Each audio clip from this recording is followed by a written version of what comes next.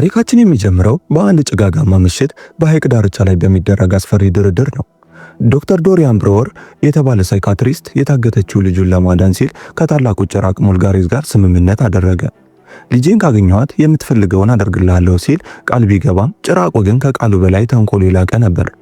በድንገት ልጁ ኮልፓ ከጨለማ ውስጥ ወጥታ ስትመጣ ዶክተሩ ላቅፋት ይሮጣል። ነገር ግን በቅርበት ሲያያት አንድ አስደንጋጭ ነገር አስተዋለ። ልጁ ከበፊቱ አጥራለች። ከሁሉም በላይ ደግሞ ፊቷ ላይ ያለው ጠባሳ ካለበት ቦታ ተቀይሯል። ዶክተሩ ማነሽ አንቺ ብሎ ሳይጨርስ ከሐይቁ ውስጥ አንድ ግዙፍና የሚቀዝፍ እጅ ወጥቶ ወደ ጥልቁ ጎተተው። ዶክተሩ የጭራቁ ምግብ ሆኖ ሲቀር፣ ሞልጋሬዝ ግን የዶክተሩን መልክ በመያዝ ለትልቅ ተንኮል ወደ ከተማ መራ። ትዕይንታችንም ወደ ሌላ ቤተሰብ ሲወስደን ሄለን፣ ግሬስ እና ሶስቱ ልጆቿ ማሎሪ፣ ጃሬድ እና ሲሞን ወደ ጥንታዊ የስፓይደርዊክ መኖሪያ ቤት ሲደርሱ እናያለን። ሄለን ከባሏ ጋር ከተፋታች በኋላ ሕይወቷን እንደ አዲስ ለመጀመር ብታስብም የቤቱ ሁኔታ ግን እጅግ አስፈሪ ነበር። ልጆቹም ወደ ቤቱ እንደገቡ በመጀመሪያ ያጋጠማቸው ነገር በቤቱ መሃል የተተከለ ግዙፍ ዛፍ ነበር። ሄለን ይህ ዛፍ በአያቷ አርተር የተተከለው ክፉ መናፍስትን ለመከላከል መሆኑን ብትነግራቸውም ፍሬው ግን እጅግ መርዛማ በመሆኑ እንዳይነኩት አጥብቃ አስጠነቀቀቻቸው። ነገሮች ይበልጡ ግራ የሚያጋቡት ግን አመፀኛው ጃሬድ በቤቱ ግድግዳ ውስጥ እንግዳ ድምፅ መስማት ሲጀምር ነው። አንድ ነገር በግድግዳ ውስጥ እንደሚሯሯጥ የተረዳው ጃሬድ ድምፁን ተከትሎ ሲሄድ አንድ ምስጢራዊ የልብስ ማስቀመጫ አገኘ። ቁምሳጥኑን ሲከፍተው ግን ምንም የለም። ይልቁንም መደርደሪያው ተገልብጦ ከልብሶቹ ጀርባ የአንድ የጭራቅ ስዕልና የአያቱ የአርተር ስፓይደርዊክ ማስታወሻ ደብተር አገኘ። ጃሬድ በዚያን ቅጽበት በቤት ውስጥ ሌላ ፍጡር እንዳለ እርግጠኛ ሆነ።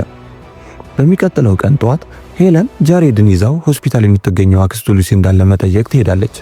ሉሲንዳ ለዓመታት አንዳች ቃል ተናግራ ባታውቅም ሄለን ስለ ስፓይደሮች ቤት ስታወራላት ግን በድንገት ተደናገጠች። የሄለንን እጅ አጥብቃ ይዛትም ከዚህ ከተማ አሁኑን ውጡ፣ ስፓይደርዊክ ውስጥ የሚሆነው ነገር ሁሉ እውነት ነው፣ ሞልጋሬዝ መጽሐፉን ሊሰርቅ ይመጣል ስትል ጃሬድ በሆስፒታል ውስጥ አይሚኮና ሃቸር የተባሉ ወጣቶችን ቢያገኝም አክስቱ የነገረችው ነገር ግን በአእምሮ ውስጥ ይመላለስ ነበር። ወደ ቤታቸው ሲመለሱ ደግሞ ቤተሰቡ ከግድግዳው ጀርባ የሚመጣ ድምፅ እንዳለ ተሰማው። ሄለንም ልጆቿን ቀዳዳ ሰርተው እንዲያዩ ስትጠይቃቸው እዚያ ውስጥ ያገኙት ነገር ልብ ያቆማል። በአንድ ትንሽ የምግብ ማመላለሻ ሊፍት ውስጥ የተሰራ አስፈሪ የአይጦች መቃብር አገኙ። ይህን የተመለከተችው ሄለን በድንጋጤ አጥፊ እንዲመጣ ብትፈልግም ጃሬድ ግን ምርመራውን ሊቀጥል ወሰነ። ታሪካችንም ወደ ትልቁ ጥንቅጥ የሚቀየረው ሲሞን አንዲት የምታበራ ተርብ ተከትሎ ወደ ጫካው ሲገባ ነው። ተርባ በድንገት ወደ ተረት ተረት ፋይሪ ስትቀየር ሲያይ ሲሞን በመገረምና በፍርሃት ተዋጣ። በዚያው ሰዓት ጃሬድ በሊፍቱ በኩል ወደ አያቱ አርተር ምስጢራዊ ቢሮ ወጣ። እዚያም ገጾቹ የተቀደዱበትን የሚዳም መመሪያ መጽሐፍ አገኘ። በድንገትም በመስታወቱ ላይ አንድ ምስጢራዊ ጽሑፍ ተጻፈ። ጃሬድ ዞር ሲል ቲምብልታክ የተባለ ትንሽና ቁጡ ፍጡር ፊት ለፊቱ አገኘው። ጃሬድ በድንጋጤ ወደ እናቱ ክፍል ቢሮጥም እናቱ ግን ልጅ እያለቀሰ ነው ብላ ከማሰብ ውጭ ልታምነው አልፈለገችም። ስለሚያያቸው ፍጥረታት ሊያሳምናት ቢሞክርም ሄለን ግን ልጄ በጭንቀት ምክንያት እየቃዠ ነው ብላ ስለገመተች ጃሬድን ይዘው ዶክተር ዶሪያን ወደ መሰለው ሞልጋሬዝ ቤት ትሄዳለች። ጃሬድ ግን ዶክተሩን ገና ከጅምሩ አልተማመነው። በቤት ውስጥ ያገኛቸውን አንዳንድ ስዕሎች ሲያሳየውም ዶክተሩ ስዕሎቹ የፈለገው መጽሐፍት ይዘቶች መሆናቸውን አውቆ በውስጡ ተደሰተ። ይህ የገባው ጃሬድ አንድ ብልሃት ዘየደ። ዶክተሩ ቤት የነበሩ ብስኩቶች ውስጥ የብረት ቅንጣቶችን ቀላቀለባቸው። ዶክተሩ ብስኩቱን እንደቀመሰ አፉ መቃጠልና መታገል ጀመረ። ምክንያቱም እንደ ሞልጋሬዝ ያሉ ኦጎሮች ብረት ሲበሉ ሰውነታቸው ይቀልጣል። በዚህም ጃሬድ ፊቱ የቆመው ዶክተር ሳይሆን ጨካኙ ሞልጋሬዝ መሆኑን አረጋገጠ።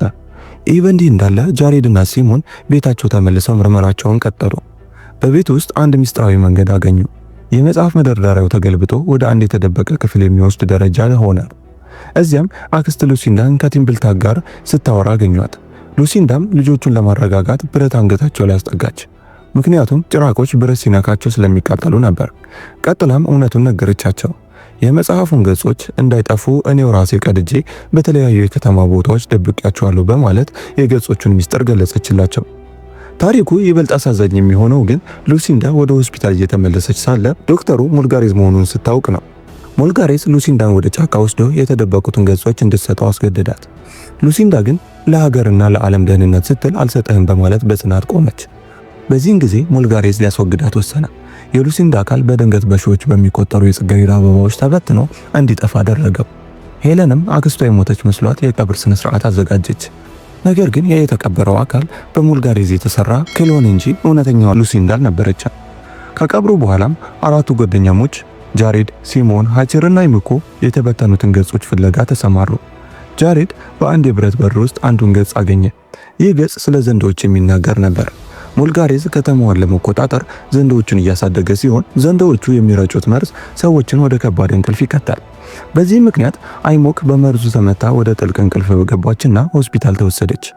በተመሳሳይ ሰዓት ደግሞ ሲሞን አባቱ ሪቻርድን ለማግኘት ባለው ጉጉት ኮላፒን ማለት የሞልጋሬዝን ልጅ ይዞ ወደ ኒውዮርክ ሄደ። ሆኖም አባቱ ሪቻርድ ልጆቹን ጥሎ የሄደና በውሸት የተሞላ ሰው መሆኑን ሲረዳ ሲሞን ልቡ ተሰበረ። ነገር ግን ይህ ጉዞ አንድ ጥሩ ነገር አመጣ። ኮላፒ ከሲሞን ጋር በመቆየቷ የሰው ልጅ ስሜት እያዳበረች መጣች። አባቷን ሞልጋሬዝን ለማቆምም ለመተባበር ወሰነች። ታሪካችንም ይበልጥ እየተወሳሰበ የሚሄደው ሞልጋሬዝ በቤት ውስጥ እያሳደጋቸው የነበሩት ዘንዶች መርዛቸውን ወደ ከተማዋ መልቀቅ ሲጀምሩ ነው። ይህ መርዝ ሰዎችን ወደ ጥልቅና የማይነቁበት እንቅልፍ የሚከት ሲሆን ጃሬድም ጓደኛው አይሞክ በዚህ መርዝ ተመታ ሆስፒታል መግባቷ ክፉኛ አሳሰበው። ሞልጋሬዝ ግን አሁንም በዶክተር ዶሪያን አምሳያ ሆኖ ጃሬድን ሊያታልለው ይሞክራል። እኛ ጭራቆች ሰላም ነው የምንፈልገው፣ ክፉዎቹ ሰዎች ናቸው እያለ ጃሬድን ወደ ራሱ ወገን ለመሳብ ቢጥርም ጃሬድ ግን የጭራቁን ተንኮል ጠንቅቆ ያውቅ ነበር። በሌላ በኩል ደግሞ የጃሬድ እህት ማሎሪ ሞልጋሬዝን ለመግደል ብቸኛው መንገድ ቮርፓል የተባለው አስመታዊ ሰይፍ መሆኑን ተረዳች። ይህ ሰይፍ የሚገኘው ደግሞ ጎብሊን ማርኬት ተብሎ በሚጠራውና ለማንኛውም ሰው በማይታየው የጭራቆች ገበያ ውስጥ ነው። ማሎሪና ጓደኞቿ በብዙ ስቃይ ወደ ገበያው ቢገቡም የገበያው ባለቤት ሁበርት ግን ሰይፉን ለመስጠት ጥርሳቸውን እንዲሰጡት ጠየቃቸው። ማሎሪና ጓደኞቿ በብልሃትና በኃይል ሰይፉን ነጥቀው ሲያመልጡ ጃሬድ ግን የሰይፉን ሚስጥር ገና አልተረዳውም ነበር። ሰይፉ የሚሰራው ንጹህ ልብ ላለውና ለጓደኛው መስዋዕት መሆን ለሚችል ጀግና ብቻ ነው። በዚህም ሁኔታዎች ለጃሬድ አልቀኑለትም። እናቱ ሄለን ልጇ ሙሉ በሙሉ አእምሮ እንደሳተ በማሰብ ጃሬድን አስገዳጅ በሆነ ሁኔታ የአእምሮ ሕክምና ሆስፒታል እንዲገባ አደረገችው። ሞልጋሬዝም ይህንን አጋጣሚ በመጠቀም ሆስፒታል ድረስ ሄዶ ጃሬድን ሊያሰቃየው ሞከረ። አሞይክን መስሎ በመቅረብም ጃሬድ የደበቀውንና ስለ ዘንዶዎች የሚናገረውን የመጽሐፉን ገጽ ሊሰርቀው ሞከረ። ጃሬድ ግን በሆስፒታል ውስጥ ሆኖ ቲምብልታክን በማግኘቱ ከሆስፒታሉ ለማምለጥ አዲስ ተስፋ አገኘ። ነገር ግን ይህ በእንዲህ እንዳለ ሄለን ወደ ዶክተር ዶሪያን ቤት በሄደችበት ወቅት በድንገት ፍሪጁን ስትከፍተው ያየችው ነገር ደሟን አቀዘቀዘው። በፍሪጅ ውስጥ በጥንቃቄ የተቀመጡ የሰው ጣቶች አገኘች። ዶክተሩ እውነተኛ ሰው ሳይሆን ጨካኝ ጭራቅ መሆኑን ፊት ለፊት ያረጋገጠችው ሄለን በፍርሃት ተውጣ ለፖሊስ ለመደወል ብትሞክርም ሞልጋሬዝ ግን በድንገት ደረሰባት። ልክ እንዳያትም አስገድዶ ወደ ሱፐርማርኬት ወሰዳት። እዚያም ያለችውን የሽያጭ ሰራተኛ በዘንዶ መርዝ በመምታት የራሱ ታዛዥ ባሪያ ሲያደርጋት ሄለን የጭራቁን ኃይል በሚገባ ተረዳች።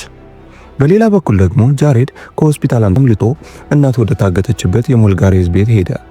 ሞልጋሬዝ ጃሬድንም ሆነ እናቱን የራሱ ባሪያዎች ሊያደርጋቸው ሲሞክር ሄለን ግን አክስት ሉሲ እንዳስተማረቻትን የመጨረሻውን ጥበብ ተጠቅማ ያንን ከስፓይደርዊክ ዛፍ ፍሬ የተሰራውን ሚስጥራዊ ሻይ እንዲጠጡ አደረገች። ጃሬድና እናቱ ይህን ሻይ እንደጠጡ የማይታዩ በመሆን ከጭራቁ አይን ተሰወሩ። ከቤቱ ሲያመልጡም አክስት ሉሲንዳ አሁን ሙሉ በሙሉ የማይታየው ዓለም አካል ሆና አገኟት። ለመጨረሻ ጊዜም ተሰናብታቸው ወደ ተረቱ ዓለም ስትቀላቀል ልጆቹ ግን ለታላቅ ውጊያ ተዘጋጁ። ጃሬድና እናቱ ሄለንም ከእይታ በተገለለ ኃይል ተጠቅመው ከሞልጋሬዝ ቤት ካመለጡ በኋላ በፍጥነት ወደ ስፓይደርዊክ መኖሪያ ቤት ተመለሱ። እዚያም ማሎሪ፣ ሲሞን፣ ብሪና ሃቸር ለታላቅ ውጊያ ተዘጋጅተው ይጠብቋቸው ነበር። ሞልጋሬዝ ግን ትዕግስቱ ተሟጧል። የፈለገው መጽሐፍ ለማግኘት ሲል አሁን ወደ እውነተኛው ግዙፉና አስፈሪው የኦጉር አምሳያ ተቀየረ። ቤቱን በኃይል እየሰባበረ ወደ ውስጥ ሲገባም አየሩ ሁሉ በጭራቁ ጩኸት ተሞላ። በዚህ አስፈሪ ቅጽበት ማሎሪን ያንን አስማታዊ የቮርፓል ሰይፍ ይዛ ፊት ለፊት ተጋፈጠችው። መጀመሪያ ላይ ሞልጋሬዝን ለመውጋት ስትሞክር ግን ሰይፉ እንደ ተራ ብረት ሆነባት። ምንም ኃይል ሊኖረው አልቻለም። ምክንያቱም ማሎሪን በዚያን ሰዓት በልቧ ውስጥ የነበረው የበቀልና የጥላቻ ስሜት ነበር። ሞልጋሬዝን በኃይል መሬት ላይ ዘርሮ ሊገላት ሲል ጓደኛዋ ብሪ እሷን ለማዳን በመሃል ገባች። ማሎሪ ጓደኛዋ አደጋ ላይ መሆኗን ስታይ በልቧ ውስጥ የነበረው ራስ ወዳድነት ጠፍቶ በጓደኝነት ፍቅር ተተካ። ያን ጊዜ ሰይፉ በኃይለኛ ብርሃን ደመቀ። ማሎሪም ሰይፉን አንስታ የጭራቁን ፊት ክፉኛ ቆሰለችው። ሄለን ደግሞ የብረት መፍትሄ በጭራቁ ፊት ላይ በመርጨት አዳከመችው። ውጊያውም እጅግ በረታ። ሞልጋሬዝ የመጨረሻውን ጥቃት ሊሰነዝር ሲዘጋጅ በድንገት ቤቱ ከስር ተናወጠ። በታሪካችን መጀመሪያ ላይ እውነተኛውን ዶክተር ዶሪያንን የበላው ያ ግዙፍ ትሮል ከመሬት ስር በድንገት ብቅ አለ። ሞልጋሬዝንም በግዙፍ እጆቹ ጨብጦ እየጎተተ ወደ መሬት ጥልቆ ወሰደው። ሞልጋሬዝ እየጮኸ ወደ ጨለማው ሲሰምጥ ከተማዋም ከዘንዶች መርዝ ነፃ መውጣት ጀመረች። ሲሞንና ኮልፓ ያዘጋጁት መድኃኒትም በከተማዋ ላይ ተረጭቶ ሁሉም ነዋሪዎች ከእንቅልፋቸው ነቁ። ነገሮች ሁሉ ሰላም የሆኑ ሲመስሉ ግን ታሪኩ ወደማይታመን አቅጣጫ ተቀየረ። ቤተሰቦቹ ተቃቅፈው ሳሉ በድንገት ሁለት ተመሳሳይ ጃሬዶች ፊት ለፊታቸው ቆሙ። ማሎሪም በድንጋጤ ሰይፏን መዘዘች። አንደኛው ጃሬድ እኔ ነኝ ወንድምሽ አትሳሳች ሲል፣ ሌላኛው ደግሞ ልክ እንደሱ ሆኖ ይከራከራል። ግራ የገባት ማሎሪ ግን አንደኛው ሞልጋሬዝን ተመስሎ መጥቶ መስሏት ይህ ጭራቅ ነው ብላ በማሰብ ሰይፉን በአንደኛው ጃሬድ ደረት ላይ በኃይል ሰካችው። ነገር ግን የወጋቸው እውነተኛው ወንድሟን ጃሬድን ነበር። ጃሬድ ልቡ ላይ ሲመታ አልሞተም። የሰይፉ ኃይል አካሉን ወደ ብርሃን ቀይሮ ወደማይታየው ዓለም ታላቅ አያታቸው አርተር ስፓይደርዊክ ለዓመታት ታስሮ ወደሚገኝበት የማይታየው እስር ቤት አጋዘው። ማሎሪና ሄለንም ጃሬድን ሊይዙት ቢሞክሩም አካሉ እየመነመነ ሄዶ ከፊታቸው ጠፋ። ታሪካችንም ሄለንና ማሎሪ ወንድማቸውን በማጣታቸው በታላቅ ለቅሶ ሲዋጡ፣ ጃሬድ ግን በዚያው እንግዳና አዲስ በሆነው ዓለም ውስጥ ከአያቱ ከአርተር ስፓይደርዊክ ጋር ፊት ለፊት ተገናኝቶ እያሳየን ያበቃል። የዛሬው የፊልም ታሪካችንም ይህን ይመስል ነበር። ቀጣይ የምንለቃቸው የፊልም ታሪኮች እንዲደርሷችሁ ቪዲዮውን ላይክ፣ ቻናሉን ደግሞ ሰብስክራይብ አድርጋችሁ የደወል ምልክቷን በመንካት ድጋፋችሁን አሳዩ።